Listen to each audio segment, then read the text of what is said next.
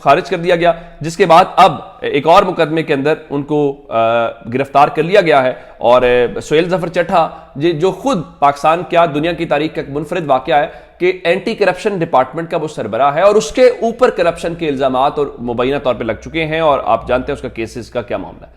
اب اس پرویز الہی کو دوبارہ گرفتار کر لیا گیا ہے۔ اس سے اندازہ لگا لیجئے کہ سپریم کورٹ اور ادارے کیا کر رہے ہیں جنہوں نے انصاف فراہم کرنا ہے، اور گراؤنڈ کے اوپر کیا ہو رہا ہے۔ پاکستان میں کچھ بھی جو ممکن ہے وہ ہمیں دکھائی دیتا ہے۔ آج پاکستان کیا عالمی سیاست کا بہت بڑا نقصان ہوا ہے، وہ کیا ہے؟ وہ تحریک انصاف کا ایک پوسٹر بوائے وسیم اکرم پلس عثمان بزدار جو ہے وہ پاکستان تحریک انصاف چھوڑ گیا ہے۔ میرے خیال سے یہ تحریک انصاف اور عمران خان کو بہت کچھ سکھا کے گئے ہیں، اور تحریک انصاف کو سیکھنا چاہیے۔ عثمان بزدار کے لیے عمران خان نے کس سے لڑائی نہیں لڑی، کتنے لڑائی کے محاذ کھولے، جس کے لیے عمران خان ڈٹ کے رہے، اس کو نہیں ہٹایا۔ آج مشکل وقت آئی تو وہ خود بھاگ کے چلا گیا۔ اس سے سیکھنا چاہیے، جس طرح میں نے آپ کو آج طیبہ راجہ اور سنم جاوید کا دکھایا کہ وہ کہتی ہے ہم نے 22 دن ہو گئے ہم نے جیل کاٹتے ہوئے، ہم تو نہیں گھبرائے، یہ 2 دن جیل ہی نکال کر چلے جاتے ہیں۔ تو اب عمران خان کو اندازہ ہونا چاہیے، آپ اشرافیہ کے ساتھ کھڑے ہوں گے تو اشرافیہ آپ کو عین موقع کے اوپر چھوڑ کے چلی جائے گی۔ وہ جن کارکنوں کے اوپر زمان پاک کے دروازے بھی بند تھے وہ آپ کے لیے آج بھی کھڑے ہوئے، لیکن ظاہر ہے آپ اس وقت طاقت کے اندر تھے۔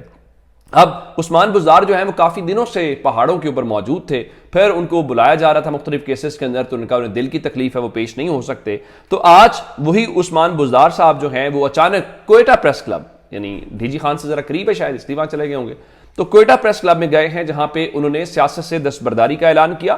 ان کا جی میں نے ہمیشہ جو شرافت کی سیاست ہے وہ کی ہے، اور تمام سٹیک ہولڈر سے گزارش کروں گا کہ اپنی ذات اور پارٹیوں سے نکل کر پاکستان کے بہتر مستقبل کے لیے سوچیں، اور تمام لوگ ساتھ پھر انہوں نے اسی طرح سے کہا جی میں نے بڑی نیک نیتی کے ساتھ صوبے کے عوام کی خدمت کی ہے، اور 9 مئی کے واقعات کی انہوں نے مذمت کی۔ اس میں ایک دلچسپ بات ہے کہ عالمی سیاست کا نقصان یہ ہوا ہے کہ اب آئندہ اتنا شاندار مثالی وزیر اعلیٰ پنجاب دوبارہ شاید وہ نہ بن سکیں، تو ایک تو یہ بات ہے۔ آگے چلتے ہیں، اس چیز کو تھوڑا سا اور وائنڈ اپ کرتے ہیں، اور وہ مذاکرات کے حوالے سے۔ اب شہباز شریف جو حکومت ہے وہ باتیں تو بہت کر رہی ہیں، اور شہباز شریف حکومت بار بار یہ تاثر دینے کی کوشش کر رہی ہے کہ مذاکرات کریں، ہمارے ساتھ مذاکرات کریں۔ رانا ثناءاللہ نے ٹویٹ کیا جی سنجیدہ مذاکرات صرف وزیر اعظم شہباز شریف سے ہو سکتے ہیں، اگر سنجیدہ مذاکرات چاہتے ہیں تو وہ صرف جناب وزیر اعظم شہباز شریف سے ہی ہو سکتے ہیں۔ لیکن دوسری جانب پاکستان تحریک انصاف کیا کہہ رہی ہے؟ حماد اظہر صاحب جو ہیں انہوں نے اس حوالے سے بتایا کہ دیکھیں